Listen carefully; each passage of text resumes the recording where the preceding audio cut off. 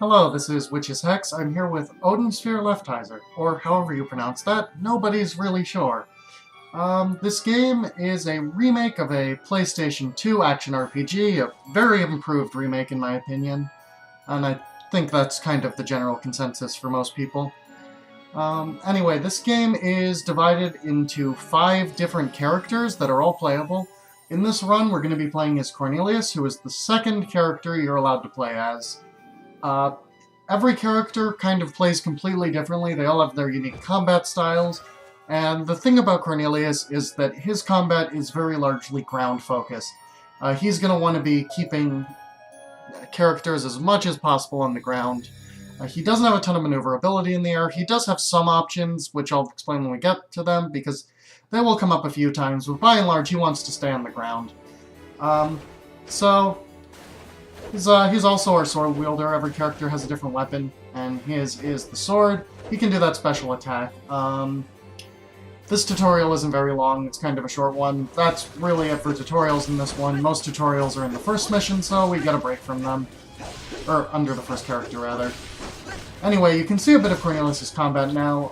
We're going to get a few abilities that we're going to be using throughout the run to give me a few more combat options. We'll be getting them pretty soon, pretty quick into the run, but for right now, the best option we have is kind of just that slash combo on the ground. It's fast, it does a lot of damage. It's not as good as some abilities, which I'll explain when we get to them, but it gets the job done up until that point.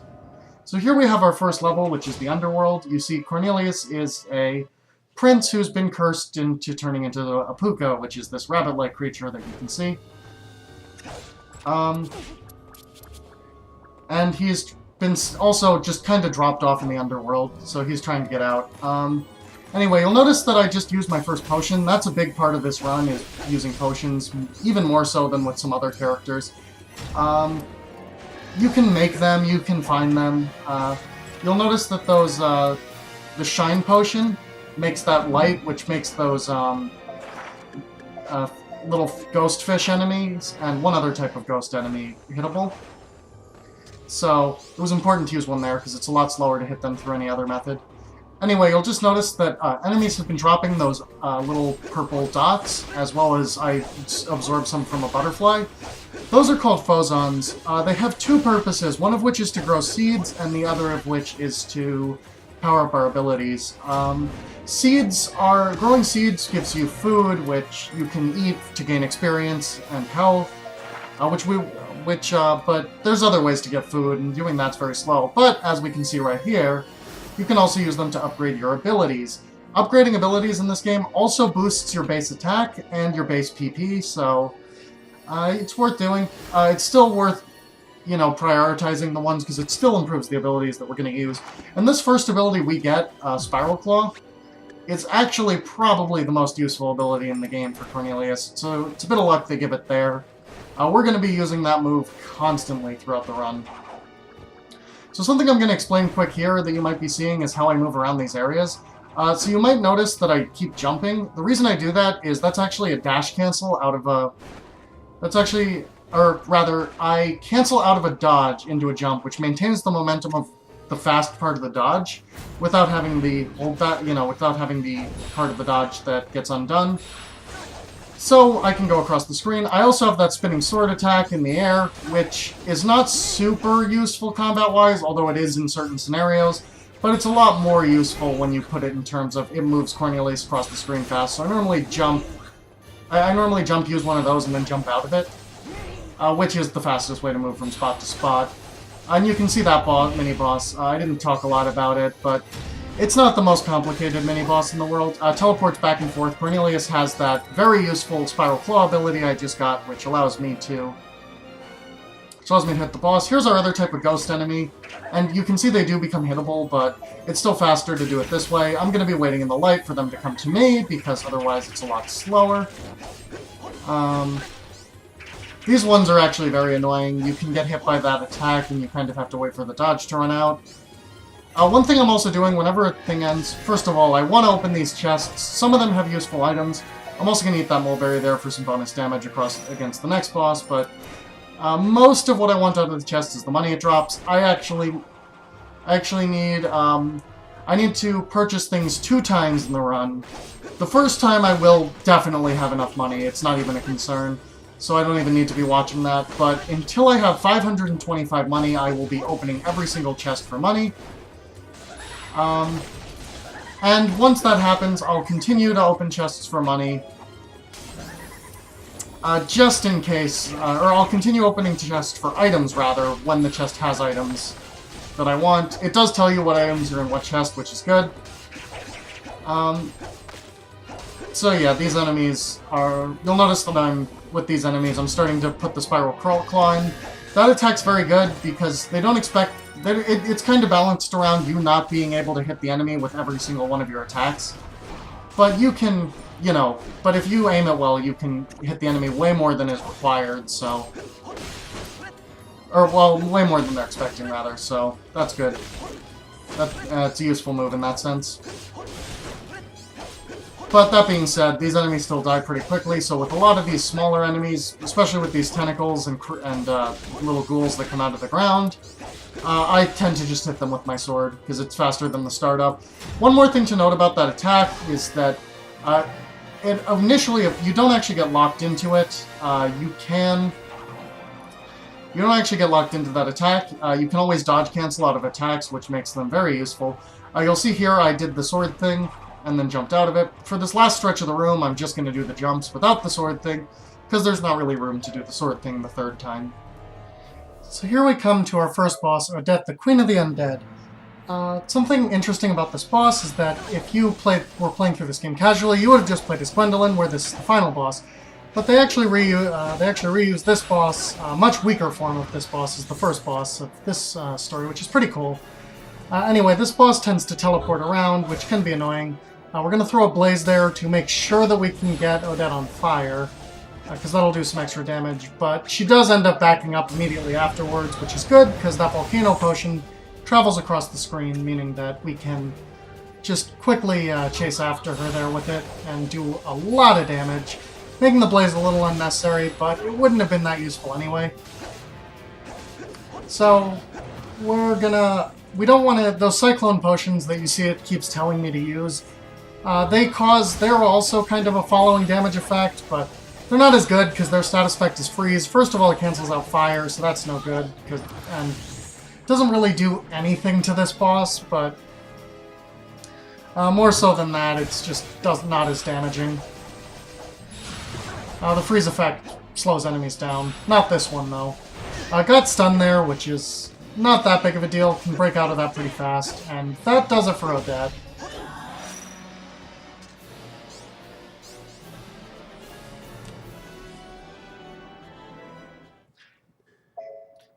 So, got a couple of points there. So, this ability, Spark Bolt, this is another fantastic ability. So, it's just a little ball of electricity you can fire out for PP, which is the number under the health, as opposed to the striped meter, which we use for physical attacks, which I'll talk a little bit more about how that meter works specifically when it comes up again. But we're also going to unlock Rapid Walk, which mostly we're going to get because it's in the first thing on the tree. We don't actually walk all that much because it's still not faster than canceling out of a dodge and using the sword spin. And for Cornelius, those are the only 2 abilities we're going to use for this run.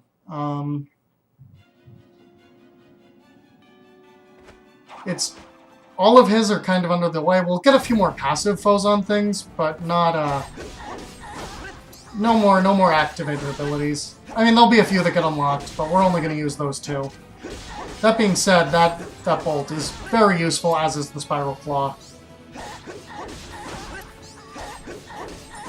So, here we're in the second area, which is the Valkyrie capital.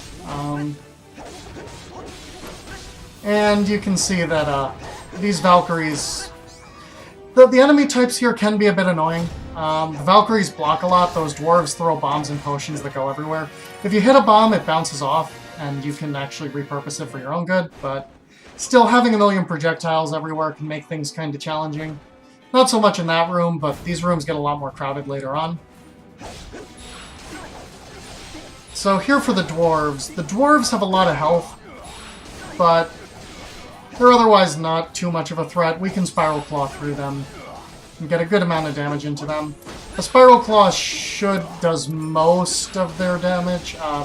Usually have to finish it off with another swing or maybe a second Spiral Claw, depending on, the way they're arranged. Because we do want to hit as many Spiral Claws as possible. You also see there I opened the map. This game opens the map when you move the right stick. It just shows you the map. It doesn't slow anything down. It's incredibly useful because this game is super easy to get lost in, but fortunately because of that map, we can keep track of where we are pretty easily. Anyway, I'll explain how the POW gauge now. You'll notice that whenever I use that Spiral Sword attack, that striped bar above my health goes down. And it refills over time, so long as you're not using other things that drain the meter, or when you take damage. So every now and again, we are going to take damage on purpose. Usually we're going to take damage on purpose whenever it means we won't get knocked back or stunned, because it's not worth it if you get knocked back or stunned, but, if you can avoid it. And fortunately, this little Spiral Claw thing, we get kind of super armor using it, meaning that I can still take damage while in Spiral Claw, as you just saw, but I'm completely unmovable. I will finish this animation. So when I get the chance, I will time it to get hit by attacks, because that'll refill my POW and let me use more Spiral Claws, which is the most damaging thing I have right now. Spark Bolt isn't super necessary yet, thus I haven't equipped it, but it's a lot more necessary later on when the patterns get a little harder. You'll see there I did an accidental Spiral Claw, which is, easily fixable just by dodging out of it. Make sure to absorb the Phozons. And here we have a useful item and a habanero, which I'm going to use to make some potions later. Because the fire potions are typically the most useful potions. The fire and the poison ones, but especially the fire ones, so I'm going to be picking those up for use later in the game. A lot of this is remembering just exactly what potion resources you have and making sure to optimize them the best. You've always got to be constant of what dropped. You've already got to be conscious, rather, of what dropped and what you have access to, what's good against what boss, because some bosses are immune to some status effects. Some bosses just move in patterns such that specific potions, like the one we just fought, Odette, at the beginning of the first stage, is very, a volcano is very good against her, but she's because she moves backwards, but, say, a toxin is pretty bad against her. Anyway, from that previous room, I picked up an equipment item that's called the Mars Bangle. And the Mars Bangle is a pretty useful equipment item. I'm going to equip it as well as two others in a second, but first we're going to go in here, and we're going to get our one optional Phozon Prism for the game. This one has a passive ability that increases damage relative to how high the chain that you may have seen in the top right of the screen. So that's very useful. With that, our damage, especially in later levels, especially with that Spiral Claw ability that has a lot of hits in, is going to go up dramatically later on into fights, especially against bosses. It's a really good ability, and it's not even all that far out of the way, so it's absolutely worth getting. There's a similar one, but that does something similar that's pretty helpful, but unfortunately it's a little too far out of the way, so we're going to be ignoring it. So anyway, you may have noticed that bangle I just mentioned. Whenever you unlock an item, whenever it drops from a chest, the merchants in that level start selling it, meaning that I can have two more. And since I can equip a maximum of 3 items, I can equip 3. So I can equip these 3 Saturn Bangles. And each Saturn Bangle increases my damage dealt and taken by 10%, which means that, I'm going to start doing a lot more damage now. A 30% damage increase is pretty darn significant. There is a better version of those that I'll get later in the run that increase them by 15%, with additionally, and have an additional effect too, which I'll get into when we get those, but for right now, we're going to use those. Those other bangles are the reason that we're going to keep opening chests for money. because, you know, we want more. We need 525 gold in order to afford them. When they'll be available after Chapter 5 in the hub world. And with Cornelius, it's actually kind of tight. You need to be watching your money. If you don't get it, you can sell something and make up for it. But it's a lot slower to menu through the shop than it is to just pick up a little more money. Not to mention, if you're not picking up garbage, which ideally you shouldn't be. Ideally, you only want to pick up stuff because you do have limited inventory space. But you know, sometimes. So anyway, so ideally you're probably gonna have to sell something important if that's the case. Anyway, here comes our second boss, Brigand, and Brigand can be a bit of a nightmare. So when we start fighting Brigand, he has these 4 shields on his chest. Now, something to note about these 4 shields is he cannot take any damage except for from poison and from burning. You'll notice I equipped the Stark Bolt there. You might think that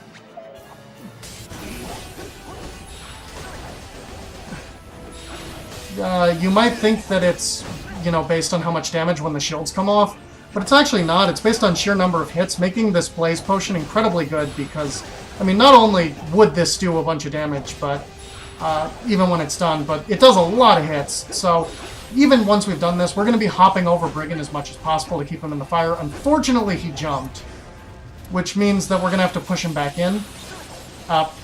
He jumped again, but it was too late. We still got a lot of hits off. Now, we have to deal with this boss very fast, which, you know, speedrun, of course we have to deal with this boss fast, but some Valkyries will come in to replace his things. First, he drank a thing. Now, there's 2 effects that can occur when he drinks that. He'll either spit it back out at you, or he'll drink it and take damage. That time he, and heal damage. That time he spit it back out, which is the better alternative. So 1 Valkyrie will come and bring him a new drink, but the rest of the Valkyries will come with more shields. And if you're not very fast to kill Brigand, you have to redo the shield phase, and that's incredibly slow. You have to do that whole first part of the fight again. As you can see there, though, we managed to do it. It's pretty tight for Cornelius. It's easier with some other characters, but with Cornelius, it's a pretty tight gap, so you got to be careful to make sure to just be damaging that boss as much as possible. So we're going to upgrade Spark Bolt here. Spark Bolt is always useful. It does a decent amount of damage, but more so than that, it stuns. And not only does stunning an enemy let us wail on them, but there's another additional effect to stun, which will become relevant much later in the run. But I'll point it out when it does. For right now, though, it stuns enemies in place, which is pretty good for wailing on them. Not to mention, it does a decent chunk of damage just on its own. Anyway, here we are in the forest. We gotta kill some of these goblins. So, a little story here. So as I explained before, Cornelius is a cursed prince who was turned into a puka, which was what a different kingdom, their entire kingdom was put under that curse to turn into these little rabbit-like creatures. So, and the curse can actually do one of 2 things. If you have a good cart, like Cornelius does, you turn into a puka, as you can see here. If you have an evil one, though, you turn into a goblin. So that's just a little story behind those. Here we have grizzlies. Grizzlies are very fun to dash into. They're kind of cute. They carry like those little sacks. They remind me a bit of Winnie the Pooh. But yeah, they're not too much of a challenge. I just have a personal fondness for them. So anyway, we're going to go down here, and in this room we get to fight another mid-boss. This is one of the less challenging mid-bosses. We can pretty much just do this. Remember that at this point, now that we're at another mid-boss, we do have the Assault High ability, which means that our chain is important, and more than anything, we want to not drop the chain. Now, as noted, if I get a chance to take an attack that I can disguise by a... If if I can disguise, if I can like get super armor width by using a ability, then I want to. Unfortunately, right there, you saw that I just took an attack without the thing. My timing was off, and I didn't have the thing, so I did lose my chain, which is going to penalize me a bit for damage, which is going to make this fight take a little longer, but it's still okay. It's not too big of a loss if you mess that up. You've got to be really careful if you want to do it perfectly. It's pretty easy to drop chain. You know, because you want to be spiral clawing as much as possible. And you don't want to wait for an ability to get one out, but if you notice it's going to be close, you want to do it. Otherwise, you want to guard. Because guarding also refills your POW meter, which is actually a change from the original version of this game, where guarding drained your POW meter. But if they hit into a guard, you also get a POW meter back. The original release of this game was very harsh. Anyway, here's an orange grizzly. The orange one is just stronger. It has a lot of health, so I actually threw a stun on it. Just to make sure it wouldn't go anywhere while I did the next Spiral Claw, because it can take 2 of them, which is a lot more than most of these enemies can. So here we get to Neum over rest area. Get to kill a few of those things, which drop some Phozons, so that's pretty nice for some free Phozons, because those things only have 1 health. So here we have our next mid-boss. This boss is... The key to this one is this boss actually does like to, you know, jump all over the place. And because Cornelius, you know, is better on the ground, and pretty soon, actually, Cornelius will start to get a damage boost just from being on the ground. So we want to keep this enemy on the ground. However, this enemy likes to jump. It juggles pretty easily, which is good for some other characters, but not so much for Cornelius. So what I'm doing here is I'm purposely trying to keep the enemy on the ground. Using Spiral Claws and Stark Bolts, I'm especially to note is that I want to be using Spark Bolts when I empty a health meter. Because when you empty a health meter, the boss is guaranteed to be stunned. That's true of every boss in the game, and when this boss is stunned, like most bosses, the boss readies for a juggle, which, you know, lets you, you know, juggle the enemy around in the air. But because we're playing as Cornelius, we don't actually want to juggle. So a well-timed Spark Bolt, unfortunately I ran out of PP for them, but a well-timed Spark Bolt will, you know, completely stun the enemy, which will cause it to come straight back down. I did lose my chain there to that jump with that positioning, but it didn't really matter because we were at the end of the fight anyway. So that's that mid-boss. Not the most complicated on the planet, but still, you know, still a bit of an interesting fight, I would say. A lot of, you know, a lot of thought goes into exactly when to Spark Bolt on that one. So here we have the Frog Room, and it might not be apparent just by looking at this, but this room is kind of a mess. So frogs, because they're frogs, love to jump. When they're jumping, your Spiral Claw's not going to hit them because it's an erratic pattern.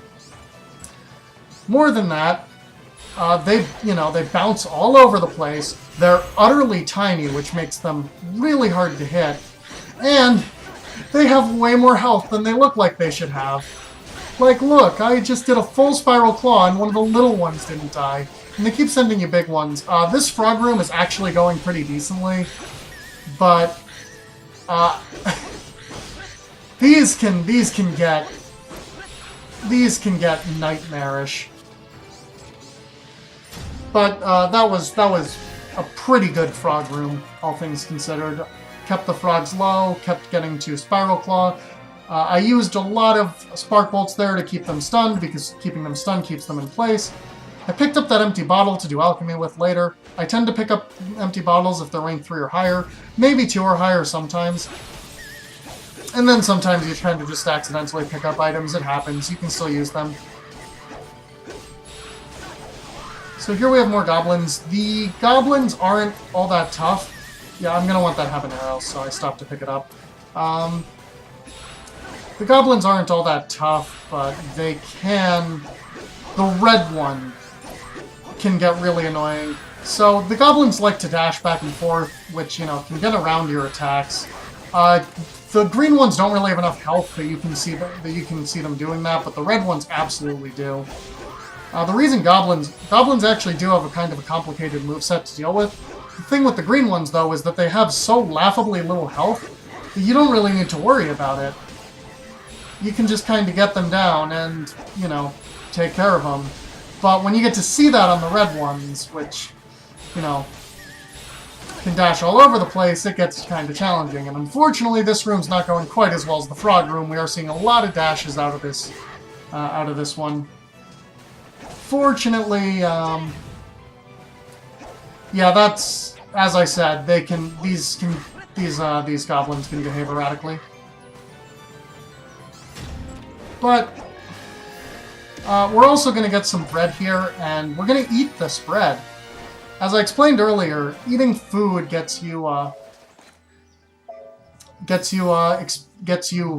restores your health, which isn't important. There's, you know, health potions restore your health better and faster.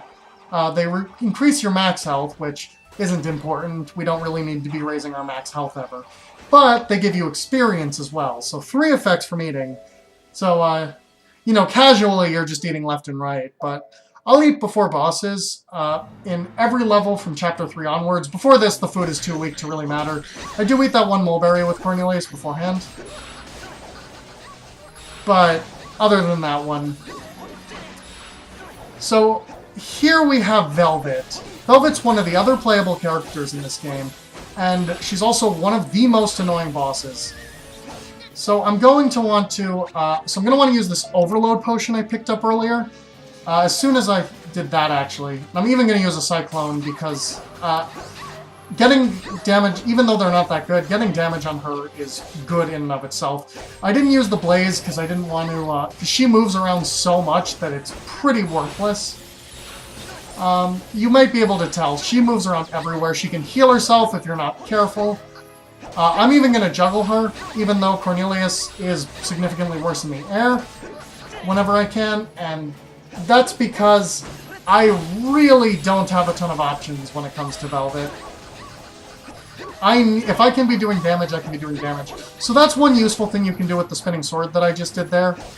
Is you may have noticed that I spiked Velvet down and then spun. You can guarantee get that every time, and it does a good amount of damage. It's a good follow-up to spiking an enemy down when you have to be in the air as Cornelius. Again, you typically don't want to be in the air, but the knockback always lines up just so that you can use that spinning sword, making for, you know, better use of you being in the air. As far as Velvet fights go, that one wasn't too bad. They can, you know, it wasn't great, but they can get a lot worse. Not too bad, you know, maybe lose an additional 15-20 seconds on them, but she can bounce absolutely everywhere. A lot of your potions, like blazes, and, you know, the only things that are really good against her are volcanoes and cyclones. Fortunately, they give you that overload, which just gives you a raw damage boost beforehand. And right now, we're actually going to unlock an ability called Ground Force, which you might be able to see here.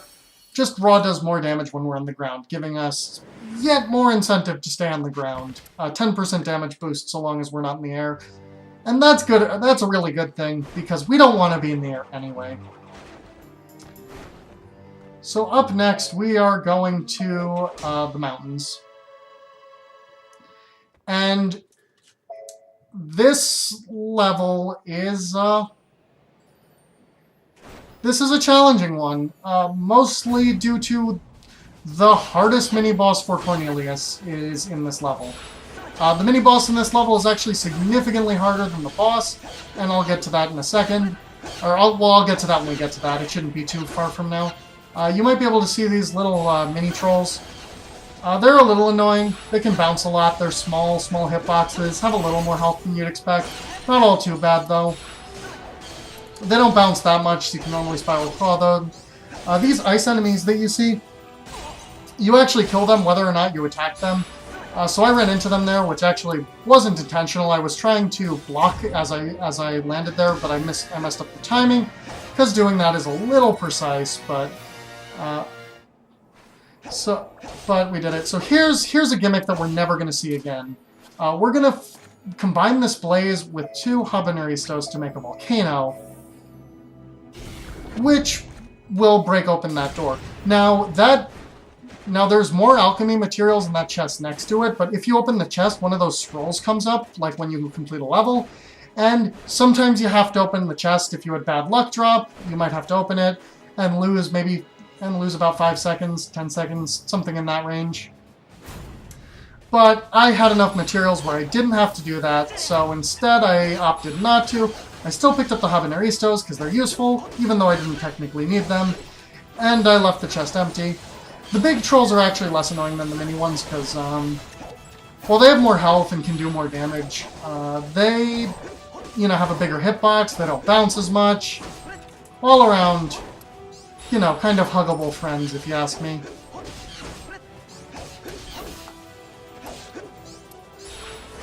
But yeah, we're just gonna spiral claw our way through these. Down they go, down they go.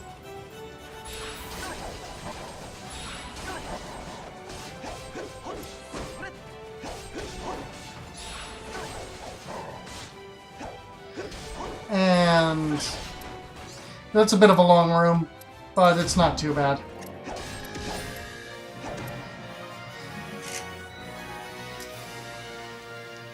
So that potion, Ice Spirits, can be useful on higher difficulties. The one that it just showed us the thing for. It basically cancels out damage so you can wail on enemies, but on easy mode it's not super worth it. Anyway, this is not the mini-boss I was talking about. You actually have to fight 2 mini-bosses in this stage. All stages have 2 mini-bosses, but most of them, only one of them's on the required path. That's, there's a few exceptions to that, such as this one. Anyway, to counter out the next mini-boss, that's going to be brutal, here we have the Bugbear, or as I like to say, the Hug Bear. Shoutouts to Justin McElroy. But anyway, we can pretty much just do this. This boss has very little it can do. You can just hit. If you have really bad timing, which is possible because it is actually a bit of a challenge not to have really bad timing, just due to the fact that this boss is a tad mindless, but, kind of fast. So if you're not paying attention, you can get hit with an attack, which will, where the boss swipes down at you. If you're not paying attention to when you're stunning or when to, press block or dodge. And it doesn't, it's not going to lose you a ton of time, but it will break your chain. And it will knock you back, meaning they can't well for a little bit, so, generally don't want to do that. Not too hard to avoid, but it happens more often than you'd think, and even the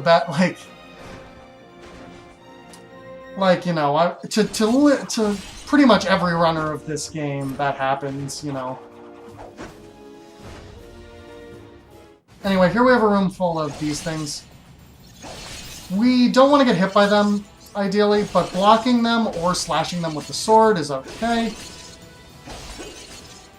They'll die in one hit, but, they slow you down. There's a fire equivalent to this that we'll see later in the game, and those it actually doesn't matter if you get hit by them in rooms like this. See, that one I blocked instead of hitting. Just because that's what wound up, being faster from the positioning I was standing. Again, that blocking thing can be a little finicky, but it's not too bad.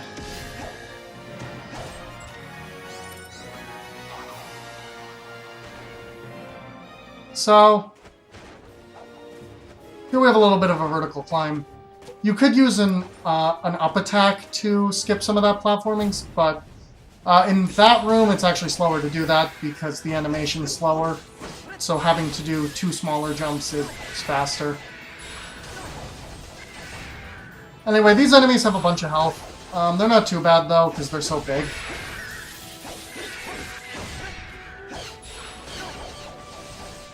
So more mini trolls.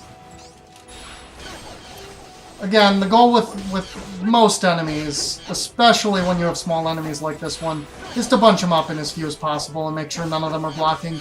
Mini trolls can't block, so that one's not an issue, but you want to keep them as close together as possible so that, you can do the fewest attacks, which is the fastest. So now we're going to come up on our best friend here, the Silver Titan. Now, first of all, you may notice this glowing pink rock is the only area I have to stand on to fight this boss. Now, what I just did there was incredibly... First of all, it's an extremely hard trick. It requires a blaze. And you only got, it consumes the blaze. You only get one shot at it. But getting a blaze on top of that, on top of the face, is incredibly good. You can get a ton of damage from that. It's a super unreliable trick. It's always worth trying if you have a blaze. But getting the blaze in the exact right spot so that you can keep it up there is very good when you can do it. But as you might be able to see, first of all, I can't use my Spiral Claw here. I want to stun the boss as much as possible, but, I can't Spiral Claw here, which means I'm, at the mercy of that type of attack, unless I want to do an incredibly slow dodge, which sometimes I might, because this boss actually can kill me. It does a lot of damage.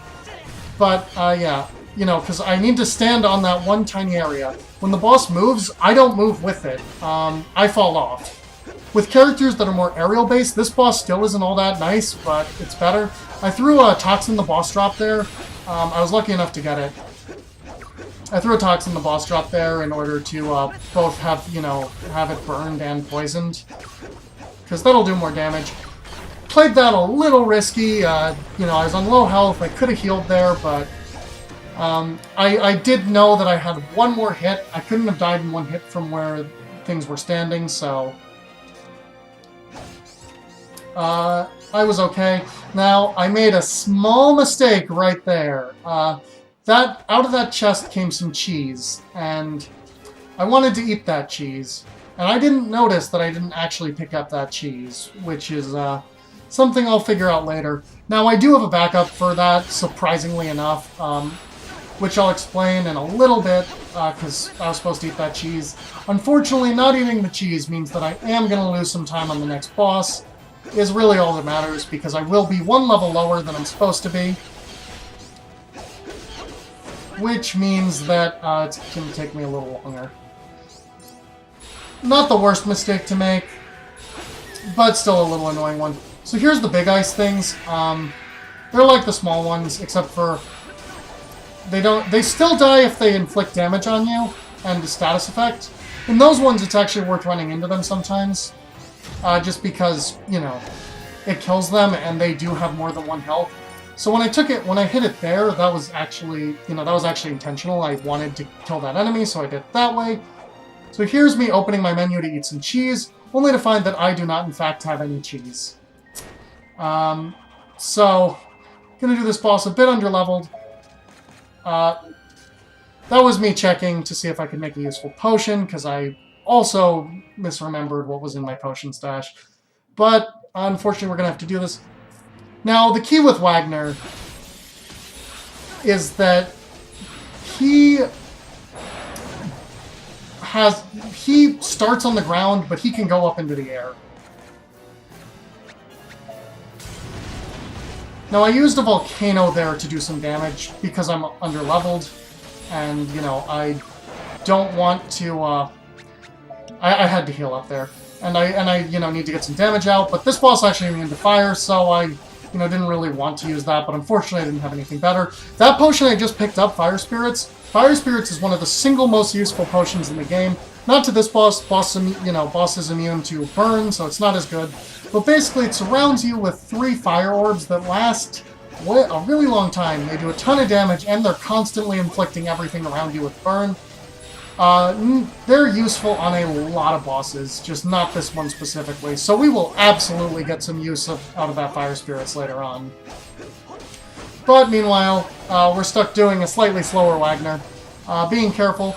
We're doing a good job keeping Wagner on the floor here. If I don't, if I kind of don't interrupt that flying animation, which is bound to happen eventually, he'll go up into the air and I'm going to start dealing less damage and have a worse moveset.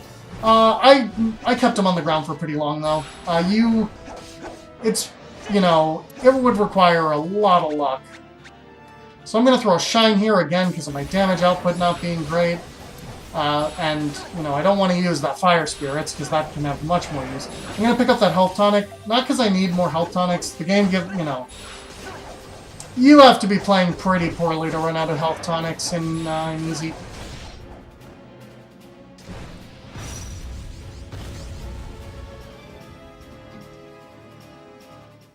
Still managed to get, you know, a pretty good time on that split. That gold is actually, I should explain, that gold is actually mostly due to the fact that before this, on these splits that I was running against, these splits had an old route. And that's to account for most of that gold. I used to get a different ability there, but I kind of figured that it was too out of the way, so I stopped doing it.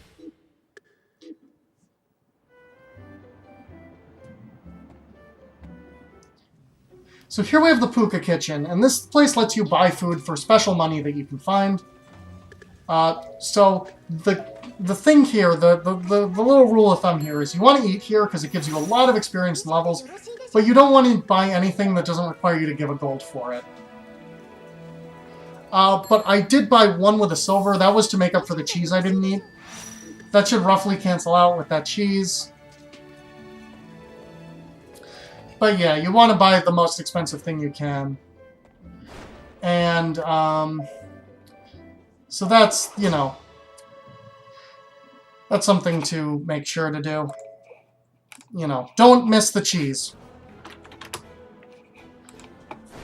So here we have the next level. It's a little battlefield area. We've actually kind of wandered into the battle between the Valkyrie Kingdom and the Fairy Kingdom. We're not really affiliated with either side. We're from the little neutral kingdom. But we're chasing someone down here. You know, we're trying to rescue someone.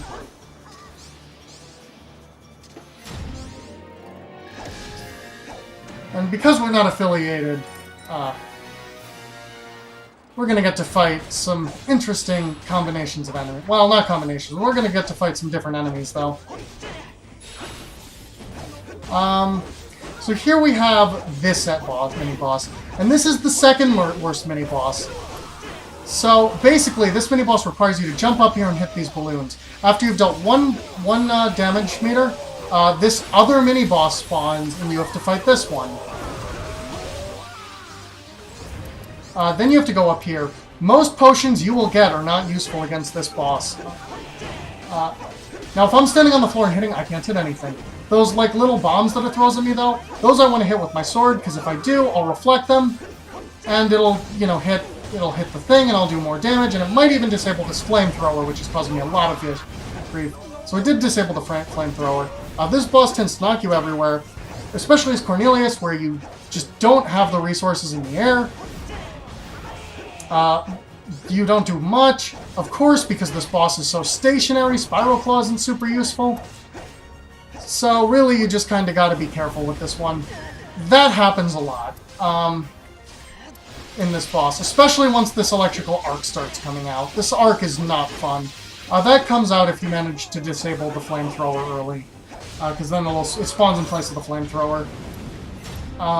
But we didn't disable it so early that it actually touched us. One benefit to this boss, though, is that the drops we get here are really good. This boss drops a lot of stuff. So that was a level 7 healing tonic. Now,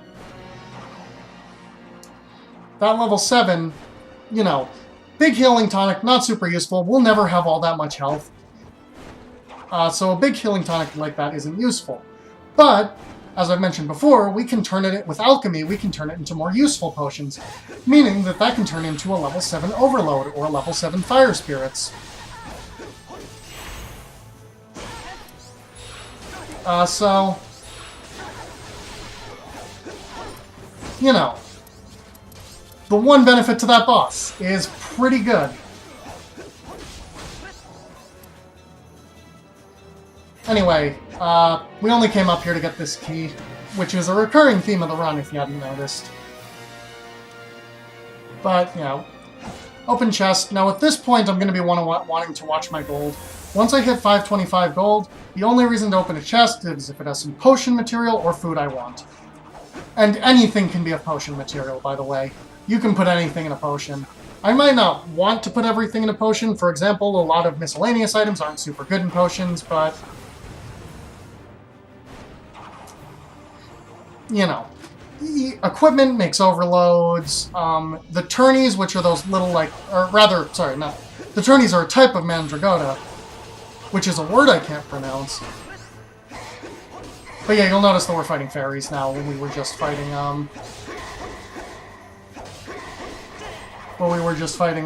you know, Valkyries and dwarves.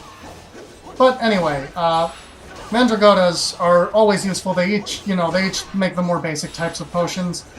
Some of them, like, you know, some of that, they all have useful elements. Stuff like the carrot ears, the ones that are carrots, aren't super useful. They just make health potions, but... And the yellow ones, which I cannot come close to pronouncing the name of,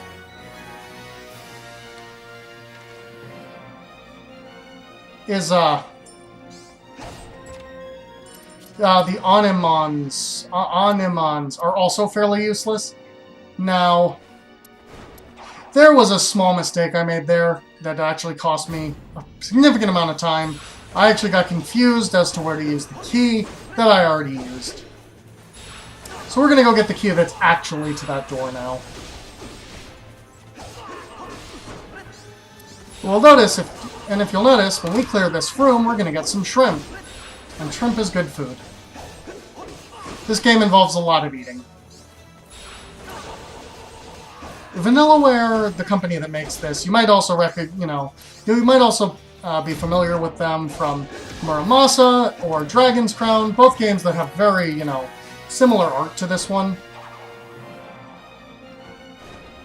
They all have this weird fascination with food, and, like, drawing it to just be, like... We don't actually get to see it too much in the run. We get to see some of the food, but, like, if you pay attention, with some of the cooked food, you can just see that, it just, like, the level of detail that's put into that food is just incredible. And, like, that's coming from a game that looks like this fantastic-looking game. Just turned it up to 100 for food. But anyway, here we have this boss. I don't remember what it's called. It's like a horse knight or something. But anyway, as far as bosses go, the one thing to keep in mind for this one is its shield. You don't want to hit... It can guard with it. If it does, you can do a guard cancel. Just want to make sure to do that. Ideally, you don't do that, because guard cancels are slower than other attacks. And you keep it stunned as much as possible. Keep chain up.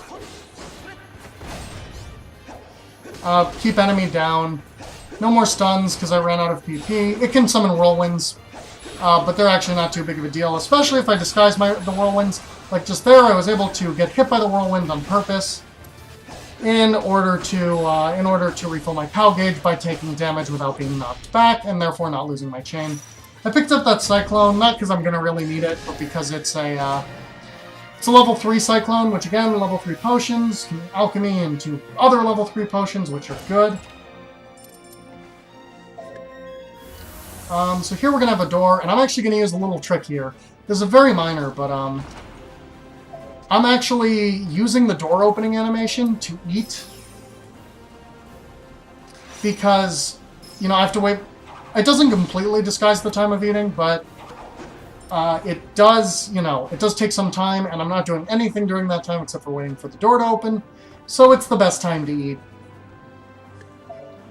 Because, about half the eating animation's taken up. Anyway, here we have Fairy Princess Mercedes, who is another playable character, and is also an annoying boss. So, first of all, small hitbox, as with all the playable characters, but especially her. She's also so small, and how close you have to hit to attack her, that's really easy to miss with your stun bolts. She moves all over the place, she constantly summons enemies. She's not actually difficult to beat, per se. I'm actually going to be using that spinning sword slam down combo a bunch on this fight, because I'm not really going to have an option. The good thing about this fight is that there are Phozons everywhere. She actually does try to absorb them, because her whole gimmick, and she involves a lot more like POW and PP than most other characters when you're playing as her. So they represented it in that way. She's constantly trying to absorb Phozons. But you know, if we can stun her out of it, we can take the Phozons. So I used that blaze just there, not because she's actually going to stay in the blaze. It was an attempt to set her on fire. Unfortunately, I failed, but just a quick note about me failing at that. Something to keep in mind is that look at how fast, if you look at the minimap on the bottom right, you might notice just how fast we're going around the map. We are constantly circling around it. And even though I didn't get her the first time, she's on fire now.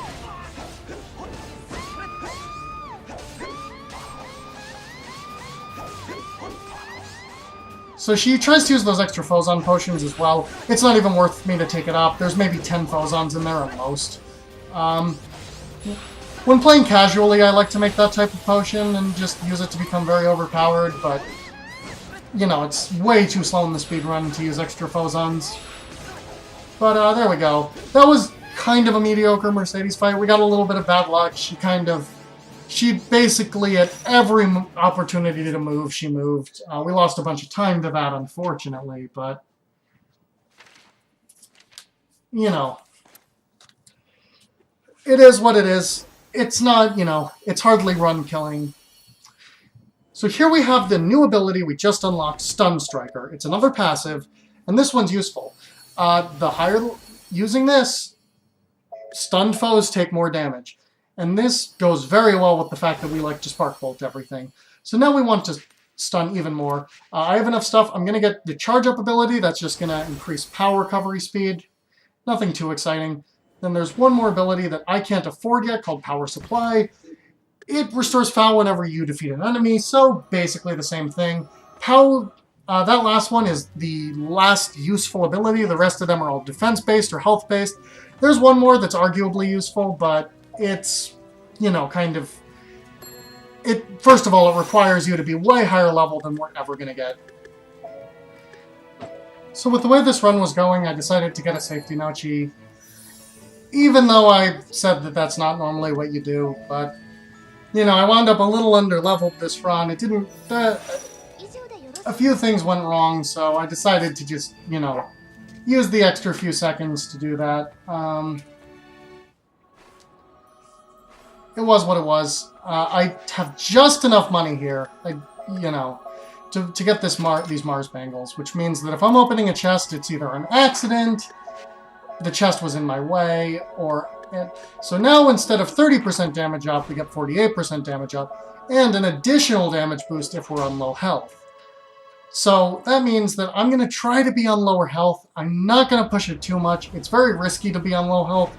And this is a submission video that I wasn't exactly grinding for PB here, so I'm going to play a little safer here in terms of those low health. So if I'm not going to actively seek out danger, because again, it's very risky to do it, but I'm going to be a little less willing to heal, so long as it doesn't kill me. I'm going to be dodging a little less, blocking a little less, you know, for the damage bonus. It's not the hugest damage bonus. I get bigger damage bonuses for being on the ground. I get bigger damage bonuses for, you know, having the bangles at all, etc., etc. Anyway, that's a small mistake I just made there. You're not supposed to do this room. The good thing about me doing this room, though, this room is actually completely skippable, but... So this is where we're going to lose some time. This is the big one was here, but... the good thing about doing this room is that I do get an extra Pure Cocoa, which is a very useful item. It's a food item, but it's a good one. It gives 3,000 experience, which is a pretty significant amount of experience. So, you know, the time I lost there isn't too big of a deal. It doesn't quite cancel out with eating the cocoa, but... So here's me realizing the mistake I made. I actually have to go back into here to activate the teleporter. And we're just going to continue on like nothing happened. Again, there's, you know, again, seems like a bigger mistake than it is.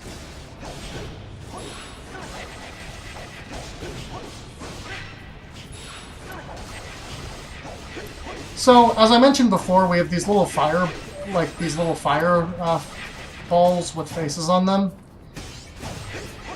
And these work fairly similar to...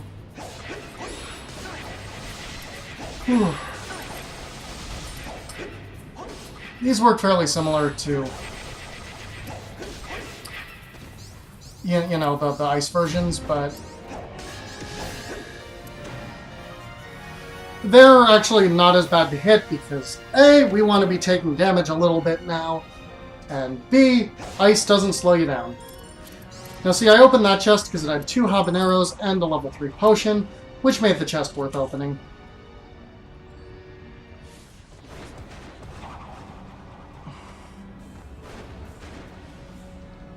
So here we have another mini-boss. The key to this mini-boss can be a bit of a challenge. The key to this one is this boss likes to hover naturally a few feet off the air. We can stun her down, though.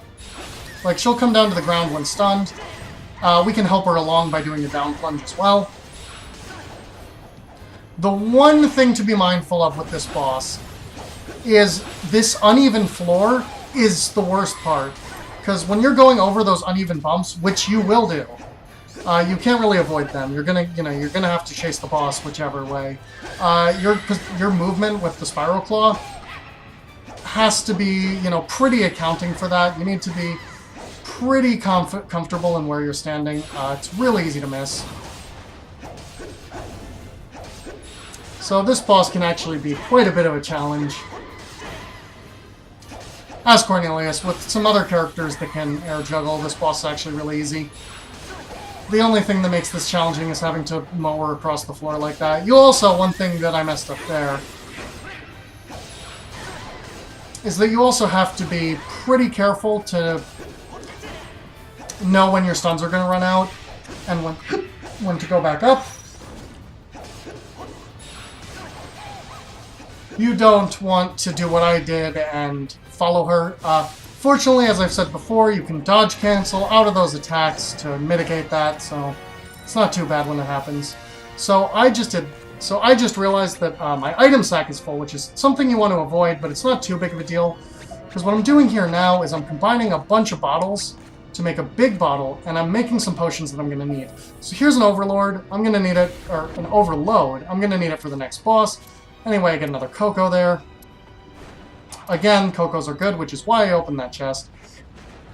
So we're actually going to need that overload because the upcoming boss, not the mini-boss, the full boss in this level, is by far the hardest boss in the game. Not just for Cornelius, although this boss is especially hard for Cornelius because this boss likes to float in the air, but for every single character. I'll explain more about why that is when we see him. But for right now, we get to fight these little exploding lava balls. And let me tell you about these little exploding lava balls. They are quite a pain. They explode in a big arc, send you flying backwards, you lose your chain, you lose your place, you lose time. And, they have a big radius, meaning you can't stand near them, meaning that a lot of the time you're going to have to decide between whether or not you want to get those last 2 hits in, or you want to just take a hit, or you want to take a hit. Now, fortunately for this room, they actually lined up in a pretty nice way, so that I kind of just got to do it. There was nothing useful in that chest, so I didn't get it. And also, as you may have guessed, for all 3 of these bosses, they're immune to fire. Well, immune to burning. You can still damage them with volcanoes, it's not worth it though. Anyway, I don't know what this boss is named. I think this boss looks a lot like Tweety Bird on a phoenix. This seems to be a sentiment that I don't share with any other member of the community, but I really think that this boss looks like Tweety Bird. So I'm going to call this boss Tweety Bird. Anyway, Tweety Bird is actually a boss you have to be very careful with. So it's not too hard to lock her down relative to some other bosses, although it's not free. But if you don't keep her locked down, there's one attack she can and will very likely do, especially if she's on low health, where she'll raise her staff and create a giant pillar of fire that you can't pass through and shoots fire everywhere. It's that attack right there. but I stunned her out of it. So we got to avoid that. There's the giant killer right there, actually. She got it on the second try. Not a big deal because it happened so late into the fight. But that pillar is bad news if it gets picked up earlier. Not the hardest boss again, but remember, you gotta be very careful to keep that boss locked down. You do not want to see that pillar. So anyway, here we come. While this is opening, once again, I'm going to eat those cocoa. I got an extra cocoa, which is pretty nice. So you might notice Cornelius glow blue after eating. That's actually a little effect of one of my abilities that lets me... So there was me trying to do something. I'm just going to make a shine because, again... But you might notice Cornelius glowing blue.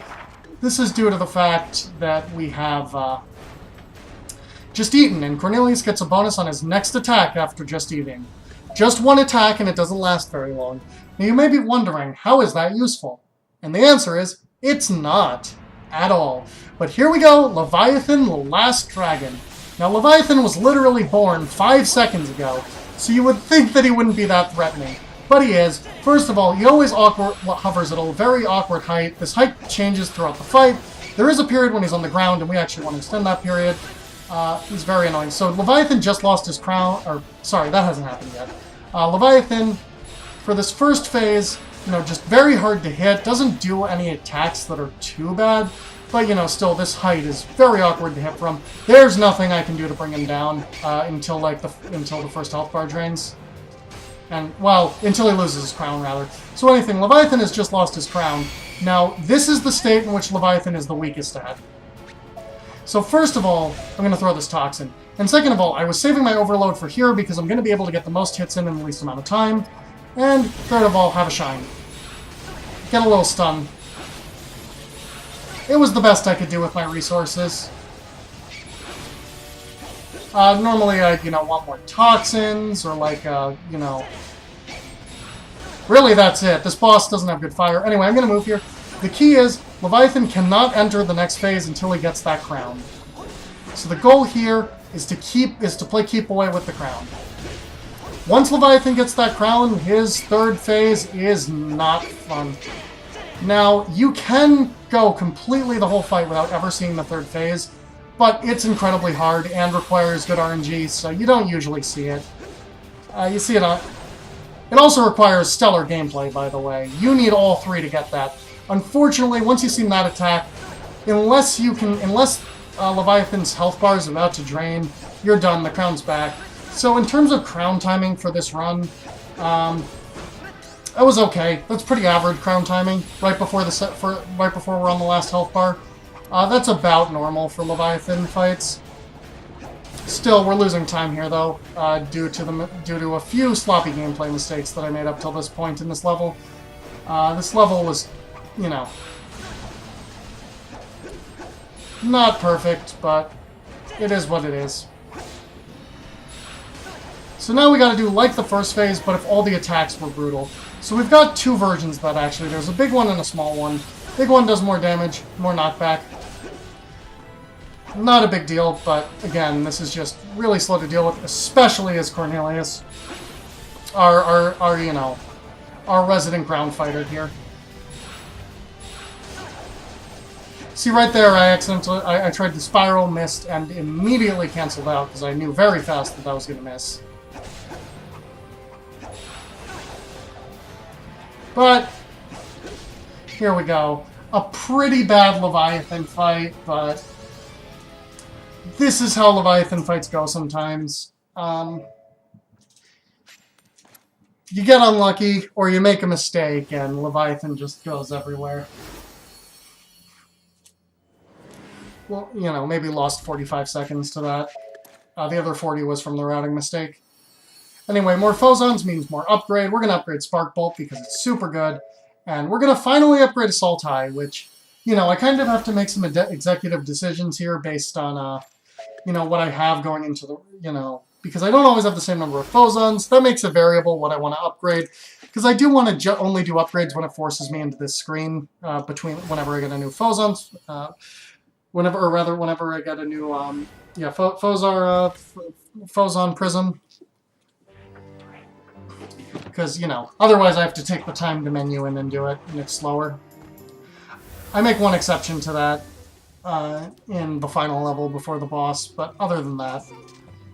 Anyway, back to the Puka Kitchen. Now, this is also kind of bad luck here. You get to have one... Typically, when you go to the Puka Kitchen, you have 1 to 3 gold coins. This is just dependent on what kind of drop luck you got from enemies. These are not regular coins. They're marked differently. They're special. You never will get more than 3. There's also a platinum one that you will not see in the run. Ever. It only drops from stuff that's super out of the way and takes a long time.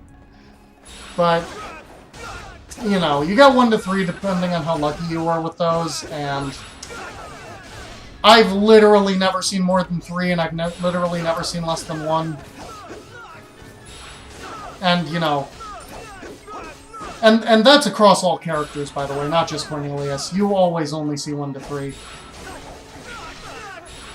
And, with the hundreds of hours I've probably played this, with various characters, that's probably a good indication that you're never going to not see 1 to 3. Which is why it would happen live during the marathon. But anyway, that's not actually the biggest deal in the world. It's just the difference between a couple levels.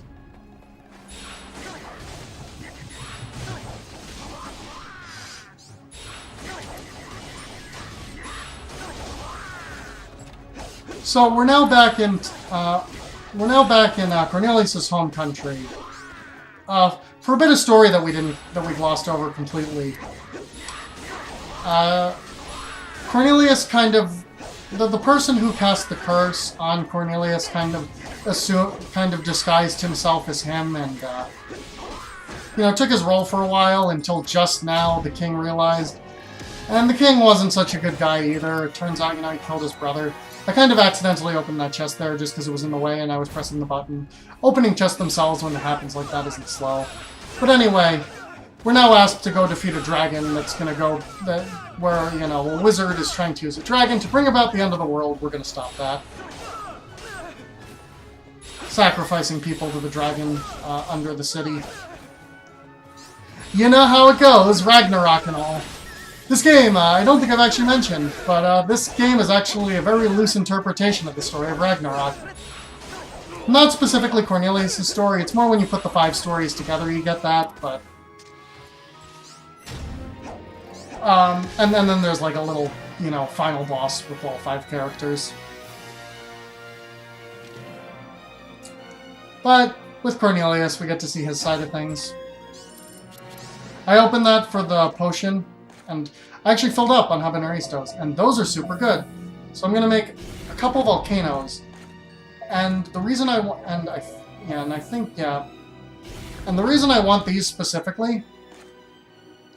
And, since I'm in the menus anyway, I'm going to make some better stuff and an overload, is for this next mini-boss. A fun fact about this level, the last boss of Cornelius' run is kind of a pushover. Not at all too tough. But the first... And we do have to fight 2 mini-bosses in this stage. And the second mini-boss is a pretty standard mini-boss. Neither the easiest nor the hardest thing in the world. It's the same type we've seen in a few mini-bosses. The larger-than-you enemy that, takes attacks, is, pretty much exactly always the same size. You'll see it when we get to it, but... The other one is a unique mini-boss saying it's hard is a pretty large understatement. You have to be very careful, and you want lots of widespread attacks and attacks that kind of stay in the same spot. So you may have already figured out what this ooze boss's gimmick is, because this ooze boss is pretty standard to a lot of games. Anyway, we're going to use that Overlord and the Fire Spirits right away. But you might notice that this big ooze is splitting into mini oozes. Now, first of all, the ooze being hit by fire, unfortunately, when the ooze hasn't divided yet, spoilers, hitting by fire causes the ooze, so long as it's not stunned, to rocket off. And yes, it's still worth hitting it with fire, especially because we have our stun attack. Anyway, now that we've cleared the first health bar, the ooze is split. Ideally, we want to group them together, but with how chaotic this stage is, we kind of just gotta keep moving, you know, pushing the ooze to the left and praying. Or in this case, the right. It depends on where the ooze is. So we managed to group them together here, which is nice. So you may be wondering, why haven't I started to use my potions yet? And here I go. I was waiting to be able to hit multiple oozes is why. The more stuff I can hit with these potions, the better. Fortunately, the oozes are together, but unfortunately, that, unlike with other enemy groupings in this game, that doesn't last. Anyway, the first ooze, the first ooze, the one on the left, so I guess the second one by health bar, but the first one I was dealing damage to, is going to divide pretty soon into two, because yes, that's a thing. And there it goes. And I want to have these Bastions of Fire because they bounce around like that in that blue state, and they do it after pretty much every hit, making them, you know, incredibly difficult to deal with. So having a thing like that that's just in the middle of the screen where they'll bounce into and take damage is actually a really good option and one of the best ones I have. So that's why I threw a Blaze down there. The other thing to do is to throw these, once I can get them lined up, that's kind of what I'm trying to do, is I'm trying to get them lined up so I can use more volcanoes. And yeah, the moment they get hit by one, they bounce off. Fortunately, status effects are a huge blessing here. And unfortunately, that one bounced off the moment I threw the potion. Again, this boss is mean. Now, Spark Bolt is useful here because it will stun them. They don't really stay stunned too long. They still bounce around while stunned. But it does stop them from bouncing around initially, meaning that you can get a hit on. But yeah, Cornelius kind of has a handful of really annoying mini-bosses. You know, most notably, honestly, this one. Of the three, this is probably the most annoying. Not the most difficult per se, but definitely the most difficult to do fast. So anyway, we got through that. As far as ooze fights go, that one was actually not that great. We unfortunately kind of got really bad bouncing patterns. Because unfortunately with ooze is kind of one of the biggest, you know, harbingers of luck in the game. You know, for as much as I've been talking about boss patterns with luck, by and large, they're actually fairly minor. I mean, sure, it's you know, it's maybe 10 seconds here or there at worst, but, you know, by and large, boss patterns don't, you know, bad boss patterns don't screw you over too much. But that's not true of ooze. Ooze can do some really mean things to you.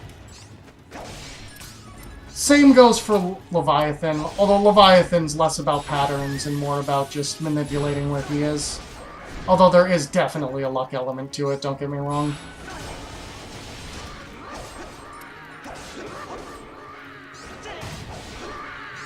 Anyway.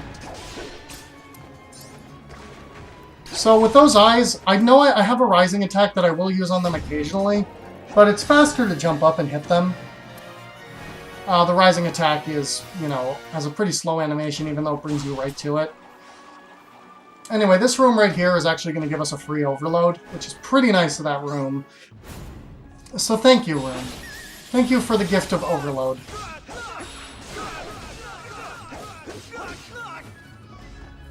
But yeah, we're getting, you know, we're getting close to the end here.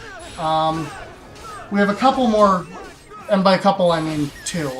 More standard rooms, one mini-boss, and then one boss. And we're past the most challenging ones. Not to say that these aren't challenging, but nothing... Ooze should be the final boss, because nothing gets as hard as Ooze.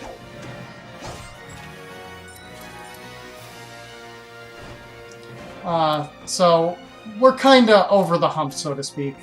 And I'm going to pick up those potions, because I still will want potions for those two bosses. Just because they're not hard doesn't mean you can't kill them faster with potions.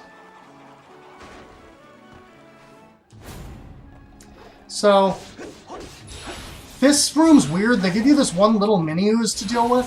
It has a lot of health, which is kind of annoying, honestly. And then what else spawns? Eyes. Anyway, the reason I hit it up into there was so that I could, you know, I timed the hit up there so that I could hit the 3 eyes in the air.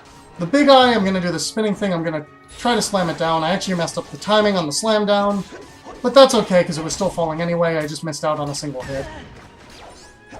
Unfortunately got hit by that blast there, which is a bit of a time loss. So I took care of all the small ones there. I just got to take care of this big one. Yeah, I meant to spiral there, but I kind of missed the timing on it, so I ended up not doing it, because your window was actually fairly tight. So I opened that chest for some delicious, delicious milk. And you may wonder, what's so good about milk? Well, you see, milk is easily combined with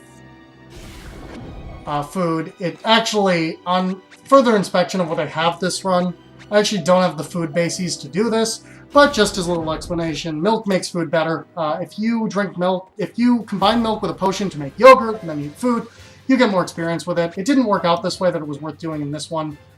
Anyway, I'm using my potions here. I'm saving some for the next boss. So yeah, unfortunately I didn't really get to use the milk. But shoutouts to Yogurt Strats, invented by OC, who, by the way, was, you know, pretty much just routed this game single-handedly. So shoutouts to OC889. But anyway, the reason I felt okay to use a whirlwind there is because of fire spirits. Because even though the flame effect wore off, I got to immediately reapply it, guaranteed, with these fire spirits.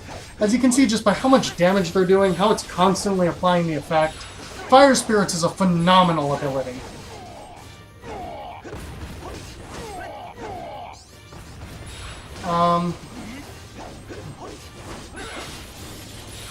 So, yeah, they last a good long time. Like, this is only a level 4 Fire Spirits, but it's bringing me through the entire fight, almost.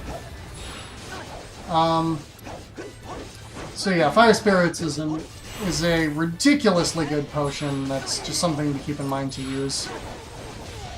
But yeah, there we go. There's our Executioner. So that was our last mini-boss, and our last non-last boss room. That was his mouthful, eh? Non-last boss room. So we're going to teleport over here. We're going to go straight in here to this locked door, which lying behind it is... So I'm going to make a couple more last-minute potions. I have enough to make another overload. I'm also going to feed some bad potions into it to power up. So a level 4 overload should suffice. This boss is, despite being the last one, especially with other characters, you know, pretty much every other character has quite a challenging last boss, but Cornelius is the exception to that. We get to finish off on another dragon. So this is actually... here we have Belial. And so let me just give a quick list of things Belial can't do. Belial doesn't have a big hitbox. Belial can't go into the air. Belial can't leave the screen. Belial has no way to make himself invisible. Invincible, rather. So we get to just wail on Belial. There's only one thing that can go wrong here, pretty much. Belial, if you're not paying attention, Belial does have an inhale attack. If you're attacking, especially using something like Spiral Claw, you can get around it pretty darn easily.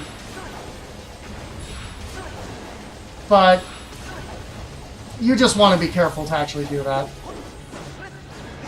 Because if you get swallowed by the swallow attack, you have to sit through the animation. That's a decently long one. But yeah, here goes, we just use, you know, you know, we use a stun bolt when we can, use lots of spiral claws, use the potions we have. Belial does not last very long.